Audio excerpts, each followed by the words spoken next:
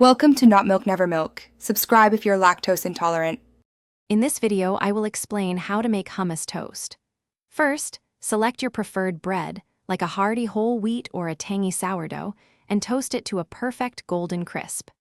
Next, take a good 2 tablespoons of your favorite hummus and spread it generously across the warm toast. Finish with a light drizzle of extra virgin olive oil to add richness and a lovely sheen. Now, let's explore some delicious savory toppings. A classic choice is thinly sliced avocado, perhaps with a sprinkle of everything bagel seasoning for extra crunch and flavor.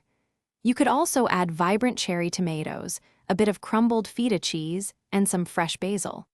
For a Mediterranean twist, consider roasted red peppers, a few Kalamata olives, and a dash of smoked paprika.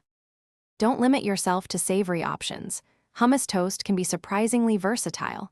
Try a unique sweet combination like sliced banana with a sprinkle of cinnamon and a light drizzle of honey. Another interesting idea is a thin layer of your favorite jam, topped with hummus and fresh berries. For something truly different, consider roasted sweet potato cubes with a touch of maple syrup. To truly perfect your hummus toast, remember a few key tips.